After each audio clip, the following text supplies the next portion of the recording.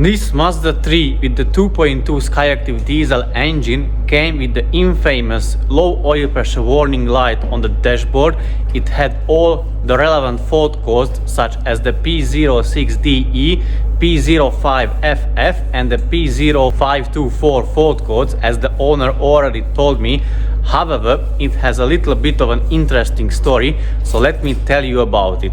So what the current owner told me so far, that it had already a replacement engine because at some point of its life the turbo wastegate flap has broken off, and what the garage done is, instead of replacing the turbo, they sourced a replacement engine, allegedly a lower mileage engine, and they replaced the whole engine with that.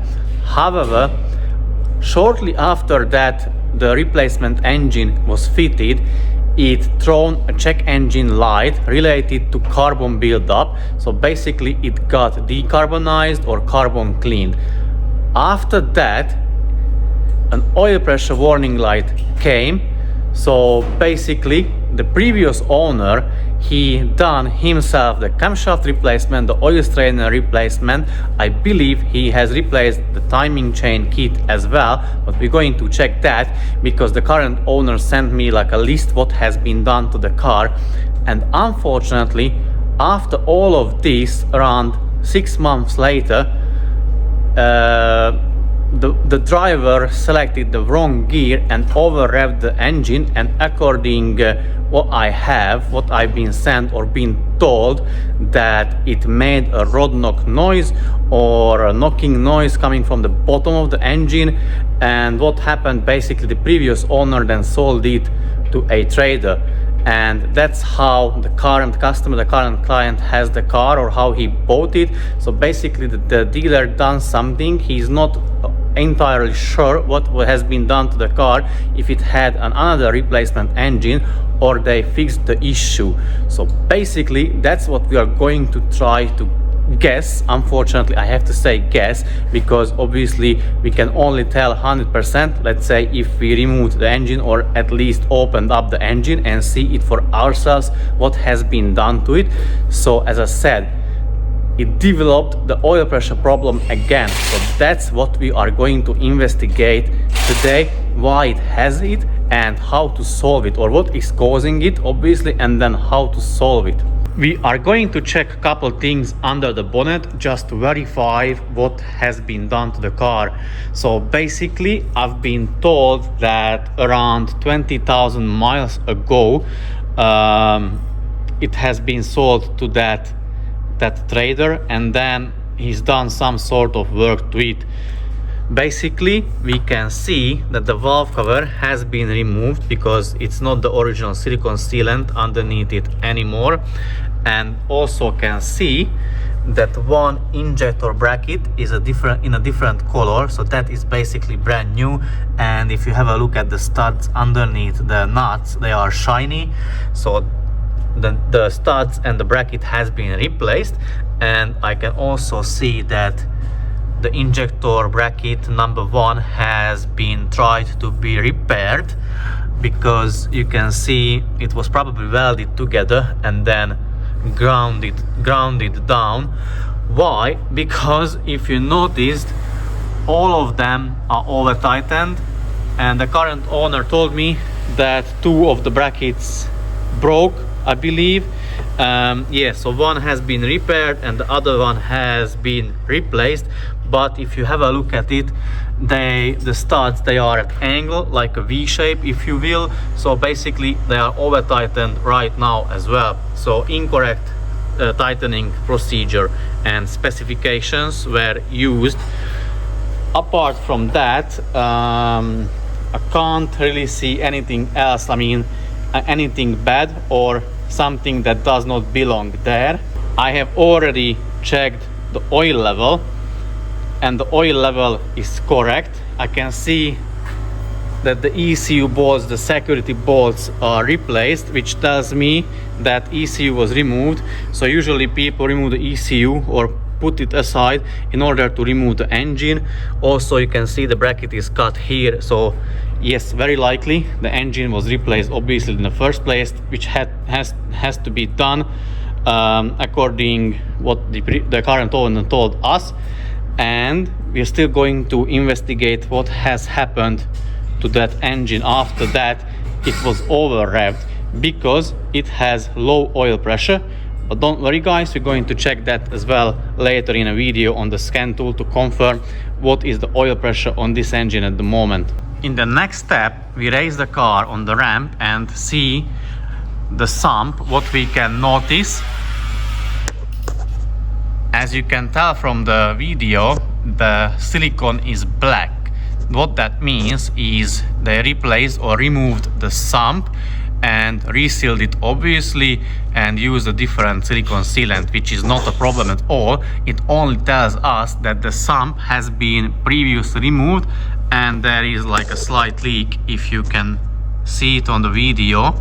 But not only the sump has been removed previously, if we look further up there and if the camera focuses, you see there is also black silicone between the engine block and the engine cradle, which holds the crankshaft.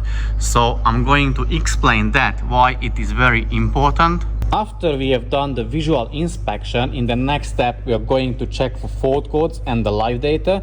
Today I'm using this scan tool, the Kingball and K8 Pro. If you like this scan tool guys, you can purchase it from the link in the video description. But let's carry on. So at the moment we only have one oil pressure related fault code and not all the three, which is the P06DE, and I'm going to show you the live data of the car and we are going to check the real-time oil pressure as well. The engine is running. We are on idle speed at the moment, which is 800 rpm. We are at 60 degrees of Celsius of engine oil temperature, and as you can see guys, the oil pressure is perfect at the moment, which is 160 kilopascal. Now I'm going to rev the car, the engine, over 3000 rpm and I'm going to check what the engine oil pressure will be. We are around 400 kilopascals, which is perfect, which is great. So now what I'm going to do, I'm going to raise the engine oil temperature even more, even further. I'm going to get it over 85 degrees of Celsius or even more, and then I'm going to recheck the oil pressure again. I am back. We have 91 degrees of Celsius of engine oil temperature. We are again on idle, but now as you can see guys, the oil pressure is very low. We are averaging 80 kilopascals on idle. That should be around 140. 120 is still, I would say, is okay-ish or enough, but ideally you are looking at around, or you would be looking at around 140 kilopascals ideally. And over 3000 rpm, now you should be getting at least 360 kilopascals. Now we're going to recheck that.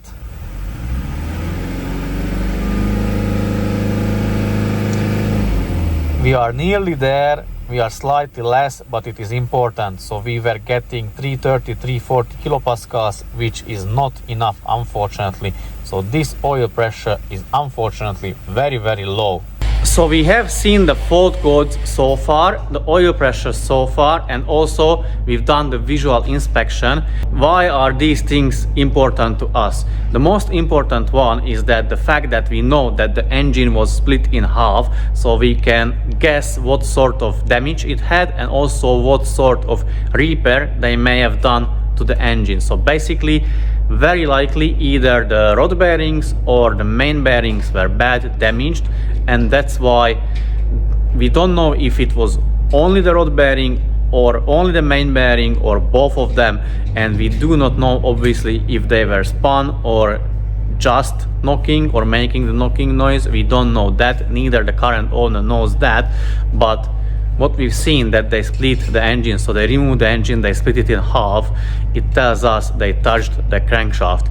So they either replaced the crankshaft. There are a couple options doing that as well. So going OEM, genuine Mazda, used but genuine, or grind it, or then getting an aftermarket one. Our best experience is with using OEM genuine parts, either brand new or used. That's the best experience that we had so far. Grinding does not work. Neither the aftermarket unfortunately worked for us so far. So the problem is why we are still having low oil pressure. They either the main bearing spun and they damaged the block, the engine block itself, where the crankshaft sits or lies, and they may have ground the crankshaft, they may have used oversized bearings, but what they may not have done is to line drill the block to make sure it has the perfect clearances, tolerances, and that's why it may have low oil pressure. Or they may have used aftermarket parts, crankshaft, bearings, and that can cause the issue. So in the next step, we're going to open up the oil filter, cut it open and check for metal shavings. If there will be metal shavings, we know that there is like a bearing issue, so the bearing material is getting off of it or getting worn, and that is causing the low oil pressure. So basically the clearances got bigger. If there won't be any metal shaving, that we know that the clearances are already big from the get-go, so there is an internal issue with the engine. Either the block is damaged or the oversized crankshaft and bearings, they did not work. Obviously, to check what sort of crankshaft or bearings they have, we would need to remove at least the oil pump and see the size of the bearings, and then it's recommended to check the crankshaft, but obviously it involves engine out and again splitting the engine in half. So the most cost-effective way to check is to check the oil filter. That's what we are going to do now.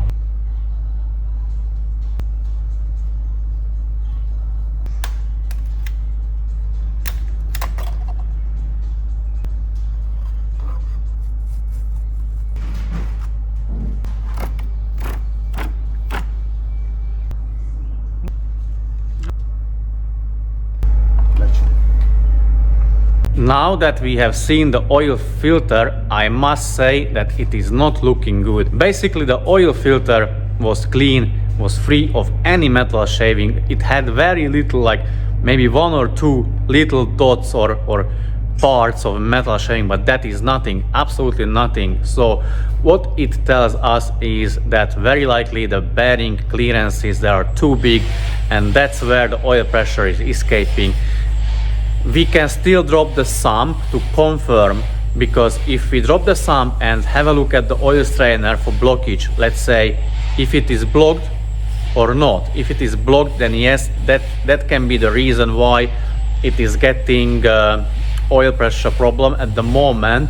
But I'm going to include a short clips here, because the current owner took it to another garage maybe a month ago, and they cleaned the strainer, but to me it already looked clean when they've done it. Anyways, I'm going to include the clip here, and also I'm going to include our conversation with the current owner, like what he told me, what sort of history the car has, so you can read it. I'm going to explain or elaborate on that a little bit as well. So if the strainer won't be blocked at all, then it just confirms our theory that the engine is internally worn and it needs to be rebuilt, unfortunately. After a conversation with the customer, he decided that he's not going to go ahead with the repairs, neither checking the strainer. I mean, in our opinion, I'm not saying it's pointless, but it is not necessary.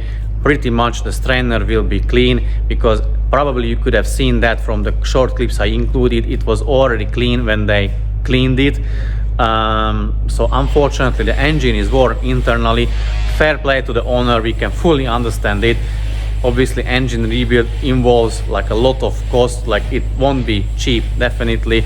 It will be good once it is done properly. So unfortunately, if the bearings spin or are spun already, the replacement of them is not enough. It has to be done properly in the first place, otherwise you end up with returning oil pressure problems. He is not the first one. We've seen that already a couple of times. Probably he's not the last one. So if the oil pressure problem comes, it can be sorted without rebuilding the engine most of the times, but everything has to be checked, inspected first in order to be able to tell what exactly it needs. So that's why it is very important to have a proper diagnostics. But I'm ending this video here. I don't want to waste any more of your time. Thank you very much for watching, guys. See you very soon in the next video. Take care. Bye bye.